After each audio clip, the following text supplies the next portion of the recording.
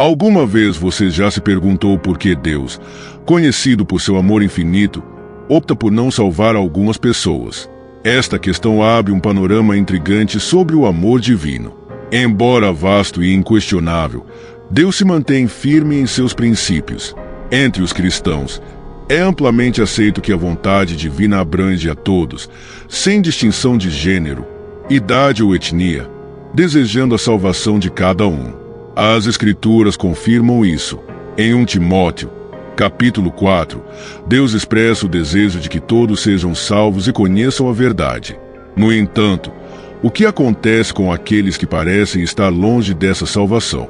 No vídeo de hoje, revelarei 7 perfis de pessoas que podem encontrar obstáculos em seu caminho espiritual. Em outras palavras, falarei sobre 7 tipos de pessoas que podem não alcançar a salvação. É vital prestar atenção, pois muitos de nós podemos estar inadvertidamente sob alguma obstrução no caminho da redenção. Então, fiquem atentos e reflitam. Algum desses perfis ressoa com seu caminho espiritual? A resposta pode ser a chave para uma compreensão mais profunda da natureza do amor divino e da própria salvação. Convido a todos para assistirem ao vídeo completo, participarem das orações e receberem bênçãos abundantes para si, suas famílias e amigos. Antes de mergulharmos no conteúdo, peço gentilmente que mostrem seu apoio. Curtam o vídeo, inscrevam-se no canal e compartilhem esta mensagem essencial. Cada ação sua ajuda a difundir o Evangelho, alcançando mais corações e fortalecendo o reino de Deus aqui na Terra. Amados fiéis, enfrentamos uma verdade inquietante. Nem todos neste mundo podem ou serão salvos. Essa realidade é um alerta, especialmente para aqueles que frequentam a igreja regularmente. Não é apenas a presença nas celebrações dominicais, a participação ativa na comunidade, o dízimo, ter um título cristão ou falar de maneira piedosa que garante a salvação. A Bíblia, em Mateus 7, 21-22, traz o aviso sério de Jesus sobre o dia do julgamento. Muitos acreditarão ter realizado milagres em seu nome, mas ele os rejeitará, dizendo: Nunca os conheci. Afastem-se de mim, malfeitores. Essa mensagem é um convite para cada um de nós refletir sobre nossa verdadeira posição diante do trono divino.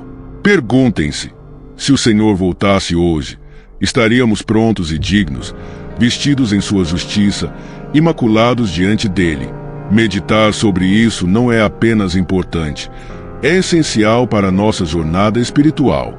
Sintam-se abençoados por estarem aqui participando deste vídeo em um momento tão crucial.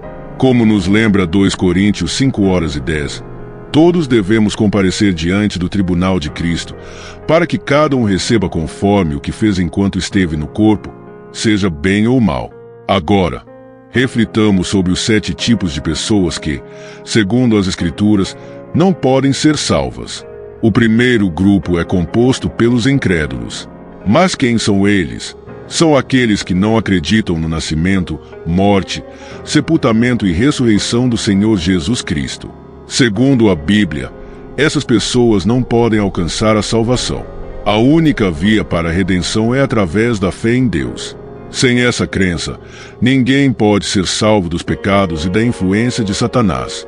Não há outro caminho para alcançar a salvação além da fé em Deus e na crença em seu Filho, Jesus Cristo. A conhecida passagem de João 3:16 destaca que Deus amou tanto o mundo que entregou seu único Filho para que todo aquele que nele crer não pereça, mas tenha a vida eterna.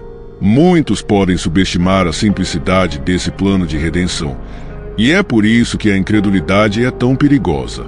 Em segundo lugar, Deus não pode salvar aqueles que buscam a salvação por outros meios que não sejam através de Jesus Cristo. João 5:40 afirma que alguns se recusaram a ir a Jesus em busca de vida. Ele é o único caminho para o Pai, e ninguém vem ao Pai senão por ele. Atos 4:12 nos diz que não há outro nome dado entre os homens pelo qual devamos ser salvos, exceto Jesus Cristo. Nada mais pode salvar uma pessoa, nem inteligência, poder, dinheiro, boa aparência ou mesmo familiares e amigos. Somos salvos apenas pelo sangue de Jesus, e sua morte na cruz pagou por nossos pecados. A próxima categoria de pessoas que, segundo as Escrituras, não podem ser salvas são os hipócritas. Jesus abordou diretamente esses indivíduos em Mateus 23:3. Ai de vocês, mestres da lei e fariseus, hipócritas, fecham o reino dos céus aos homens. Vocês mesmos não entram, nem deixam entrar aqueles que estão tentando. Um hipócrita é alguém que finge ser o que não é.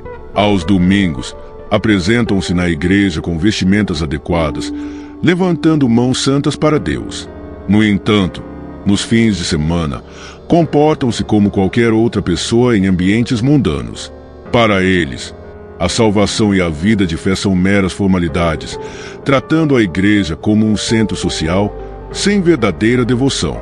Essas pessoas podem até adorar a Deus publicamente, mas não permitem que a vida de Cristo se manifeste verdadeiramente em seus atos e pensamentos. Podem passar anos na igreja, mas não mostram frutos que comprovem a fé que professam. Estão à porta do reino, mas não entram, e ainda impedem que outros entrem. No Evangelho de Lucas 18:9-14, encontramos a história de um fariseu que se considerava justo e desprezava os outros. Em contraste, Jesus elogiou a atitude humilde do publicano, que, ciente de seus pecados, implorava pela misericórdia de Deus. Esta narrativa ilustra a advertência bíblica contra a autojustificação. Em Efésios 2:8-9, somos lembrados de que a salvação vem pela graça, através da fé, e não é algo que possamos alcançar ou nos gabar. A quinta categoria de pessoas que não podem ser salvas são os apóstatas. Segundo 2 Pedro 2:20-22, é dito claramente que, se alguém, depois de conhecer nosso Senhor e Salvador Jesus Cristo, voltar a se envolver e for vencido pelo mundo, sua condição final será pior do que a inicial.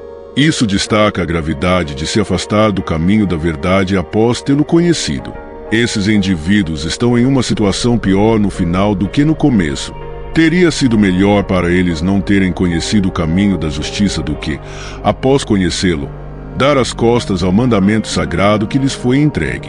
É como descrevem os provérbios: o cão volta ao seu vômito e o porco lavado à lama. A Bíblia nos mostra o quadro daqueles que se tornam religiosos e abandonam suas práticas corruptas e imorais, mas que no final revelam sua verdadeira natureza e retornam a elas. Um porco lavado continua sendo um porco. Essas são pessoas que brincam com os fundamentos das crenças cristãs, como o batismo, a comunhão e a assistência à igreja, mas que eventualmente revelam seu verdadeiro eu, voltando ao mundo e suas tentações, pois nunca tiveram fé genuína. A próxima categoria de pessoas que a Bíblia diz que não podem ser salvas são os blasfemos. Jesus aborda esse tema em Mateus 12:31-32, onde adverte que todo tipo de pecado e blasfêmia pode ser perdoado, exceto a blasfêmia contra o Espírito Santo. Aquele que falar contra o Espírito Santo não será perdoado, nem nesta era nem na futura. Algumas pessoas blasfemam contra Deus, zombando do Espírito Santo e menosprezando sua manifestação. Este é considerado o pecado imperdoável. Portanto, é crucial ter cuidado com o que se diz sobre o Espírito Santo. Evitem piadas, associações ou grupos que falem de maneira desrespeitosa sobre o mover do Espírito de Deus, pois isso pode levar ao cometimento desse pecado imperdoável. O último grupo de pessoas que, segundo as Escrituras, Deus não pode salvar são os já falecidos. É comum que muitas pessoas procurem pastores e líderes religiosos pedindo orações durante o funeral de um ente querido. No entanto, é importante entender que nenhuma oração pode mudar o destino de uma pessoa após sua morte. A salvação é possível apenas enquanto a pessoa está viva. Após a morte, ela se torna completamente inalcançável. A ideia de um purgatório, como alguns acreditam, não encontra respaldo na verdade da palavra de Deus. A salvação é possível apenas em vida, e é por isso que é crucial entregar sua vida a Jesus. Amigos, espero que agora possam compreender que algumas pessoas podem não ser salvas. Isso não ocorre por falta de amor de Deus, mas porque Ele não pode comprometer seu padrão de justiça para salvar alguém. O maior ato de amor foi quando Deus enviou seu Filho para morrer por nós na cruz do Calvário, mesmo quando ainda éramos pecadores. Após esse supremo sacrifício, se alguém optar por não crer, Deus não comprometerá seus princípios novamente. O retorno tem o propósito de julgar aqueles que permaneceram na terra e não receberam a marca da besta, derrotar o anticristo e Satanás, e reinar por 1000 anos, como descrito em Apocalipse 19 e 20. Essa é uma diferença significativa entre os dois eventos. O arrebatamento, como foi definido anteriormente, será o momento em que os santos serão retirados da terra para se encontrar com o Senhor nas nuvens. Em contraste, a segunda vinda será o evento em que o Senhor retornará com todos os crentes arrebatados para julgar os que ficaram na terra e aprisionar Satanás por 1000 anos. Em segundo lugar, o arrebatamento será um evento instantâneo. Diferente da segunda vinda de Cristo, em 1 Coríntios 15:52 está escrito: num momento, num piscar de olhos, ao som da última trombeta, pois a trombeta soará, e os mortos ressuscitarão incorruptíveis, e nós seremos transformados. O arrebatamento ocorrerá num piscar de olhos, enquanto a segunda vinda será visível para todos, conforme Mateus 24:27. Porque assim como o relâmpago sai do Oriente e se mostra até o Ocidente, assim será a vinda do Filho do Homem. Em terceiro lugar, o arrebatamento pode acontecer a qualquer momento, mas a segunda vinda de Cristo só ocorrerá após o cumprimento de certos eventos proféticos dos últimos tempos. Isso significa que o arrebatamento precederá a segunda vinda. Existem várias interpretações sobre o arrebatamento, mas a Bíblia continua sendo a fonte mais válida e precisa de informações sobre esse evento dos últimos tempos. Um erro comum sobre o arrebatamento é pensar que ele é destinado apenas a pessoas boas e morais. As Escrituras ensinam que o arrebatamento é para os crentes em Cristo Jesus. Você pode ser um cidadão exemplar, generoso e cumpridor das leis. Mas se não confessar Jesus Cristo como seu Senhor e Salvador, temo que poderá ser deixado para trás no arrebatamento. A Bíblia nos dá esperança e conforto, especialmente para aqueles que perderam entes queridos crentes em Cristo.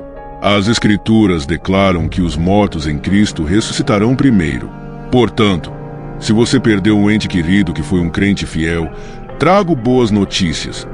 Eles ressuscitarão primeiro e estarão com o Senhor nos ares durante o arrebatamento, o que é motivo de grande encorajamento e alegria. Agora você pode se perguntar: é possível se preparar para o arrebatamento? Como posso me preparar para este grande evento? A resposta é sim. Uma das maneiras de estar preparado é viver uma vida de fé e retidão. Lembre-se da pergunta que Jesus fez aos seus discípulos em Lucas 18:08. Mas, quando o Filho do Homem vier, encontrará fé na terra. Portanto, dedique-se a coisas que edificam sua fé e o motivam a viver uma vida justa. Não permita que ninguém o desencoraje da necessidade de viver com fé e retidão. Certifique-se de que você não apenas fala sobre pureza, mas também a vive, pois o Senhor lhe concede graça e sabedoria. Outra maneira de se preparar para o arrebatamento é estudar e compreender os ensinamentos bíblicos. Enquanto vive em preparação, é essencial estudar a palavra de Deus e aprender seus princípios. Todo crente que se dedica ao estudo da palavra de Deus torna-se um obreiro que não tem do que se envergonhar, capaz de manejar a verdade em todas as áreas da vida.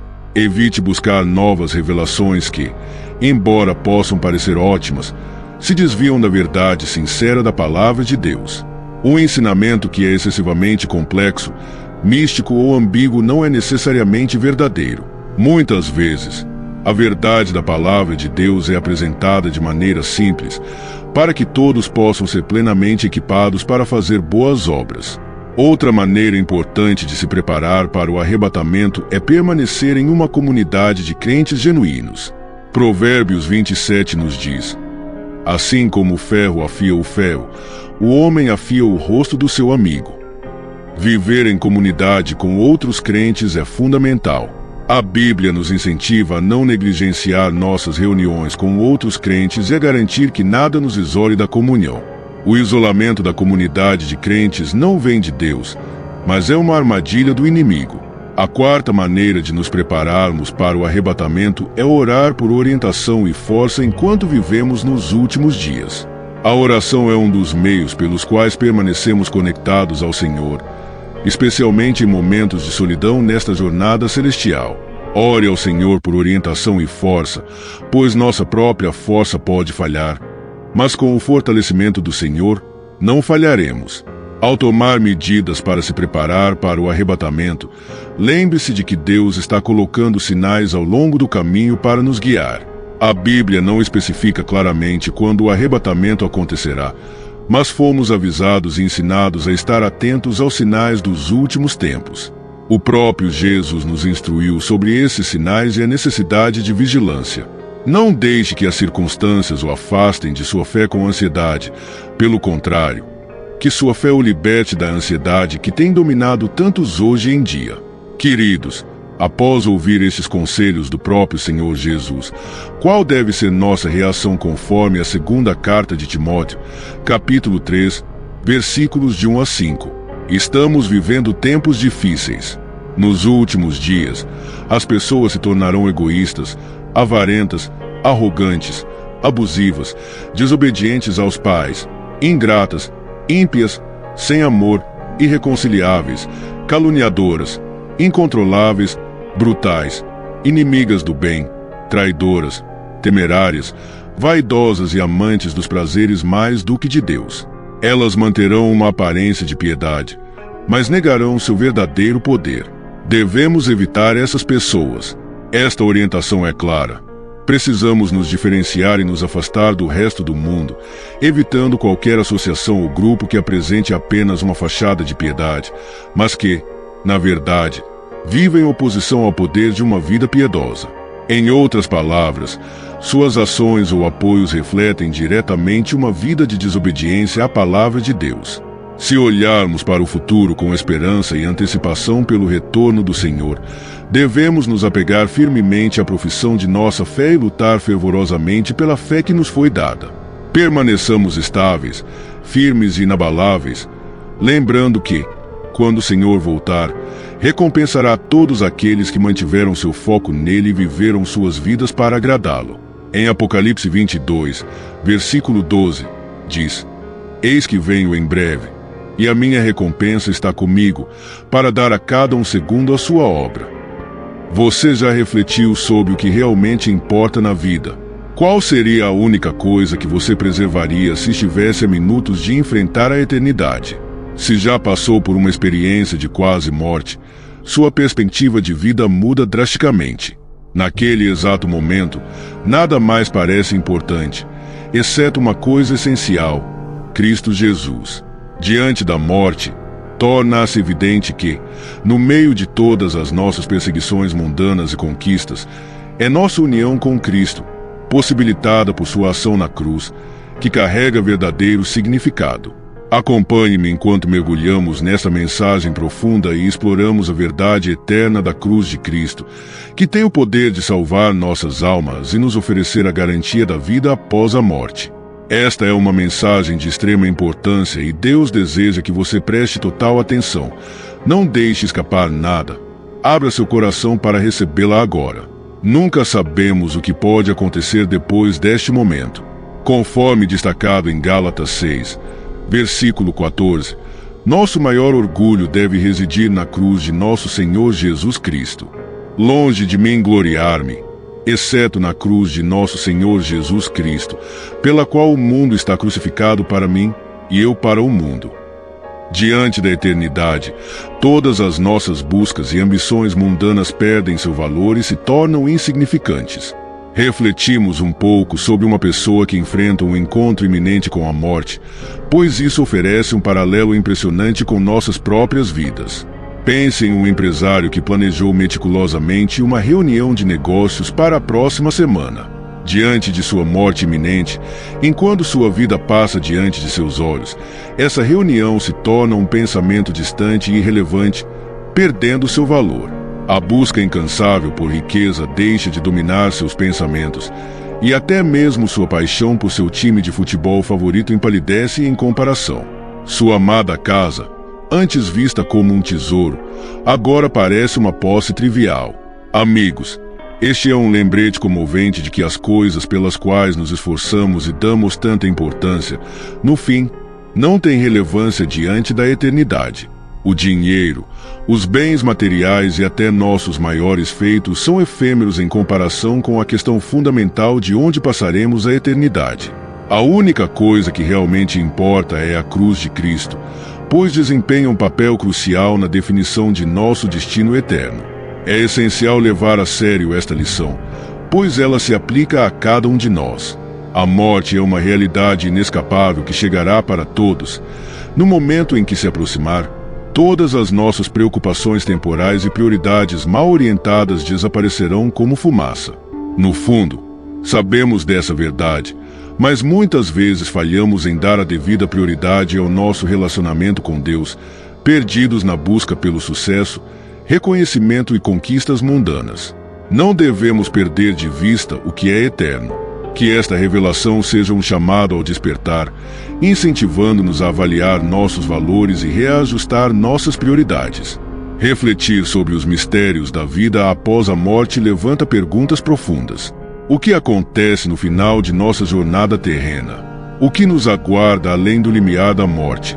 Existe um reino chamado purgatório ou simplesmente entramos em um sono até o dia prometido da ressurreição? Hebreus 9, versículo 27, oferece uma resposta clara, afirmando: "E assim como está ordenado aos homens morrerem uma só vez, e depois disto o juízo." A palavra de Deus desmente qualquer concepção de um estado intermediário após a morte e enfatiza a realidade do julgamento após a morte. A ideia de um purgatório é substituída pela certeza de um julgamento divino após nossa vida terrena. Amigos, ao tomar consciência da inevitabilidade desse julgamento iminente, nossas vidas mudarão drasticamente. Compreender que seremos avaliados por um Deus santo e eterno, que examinará minuciosamente cada detalhe de nossas existências, nos impulsiona a adotar um modo de vida diferente. Saiba que até as palavras que pronunciamos serão minuciosamente analisadas e julgadas. Meu querido amigo, o julgamento está às portas, espreitando no horizonte. E neste julgamento, um fator crucial determinará o destino de nossas almas. Em 1 Coríntios, capítulo 1, versículo 18, reencontramos o tema da cruz. Pois a mensagem da cruz é loucura para os que se perdem, mas para nós, que estamos sendo salvos, é o poder de Deus. Reflitam novamente sobre estas palavras. A pregação da cruz de Jesus pode parecer absurda para aqueles em perdição, mas para os salvos, representa o poder de Deus. A cruz, mais uma vez, se destaca, diferenciando aqueles que seguem o caminho da perdição daqueles no caminho da salvação. A cruz de Cristo é o elemento decisivo para o perdão de nossos pecados. Sem os eventos naquela cruz e a subsequente ressurreição, a salvação não teria sido possível para ninguém. Como Gálatas, capítulo 6, nos lembra, a declaração enfática do apóstolo Paulo, longe de mim, atua como um princípio orientador para centrar nossas glórias unicamente em Cristo. Ele nos convida a olhar para Jesus, fixar nossos olhos na cruz e confiar naquele que é o autor e consumador de nossa fé. A cruz se ergue como um farol de esperança e um lembrete do amor e sacrifício incalculáveis que garantiram nossa redenção. No nosso dia a dia, somos constantemente distraídos e tentados a nos afastar do verdadeiro significado da cruz. Seduzidos pelos encantos das conquistas mundanas, envolvidos na busca por ganhos pessoais e atraídos pelos prazeres efêmeros desta vida, muitas vezes perdemos de vista o valor eterno da cruz. Diante da eternidade, essas buscas se tornam insignificantes em comparação com o impacto duradouro da cruz. Ela se destaca como o elemento central que diferencia os que perecem dos que estão sendo salvos e serve como fundamento para o perdão dos pecados. Enquanto navegamos pelas complexidades da vida, o ensinamento dos apóstolos permanece como um chamado firme para fixar nossos olhos no poder transformador da cruz.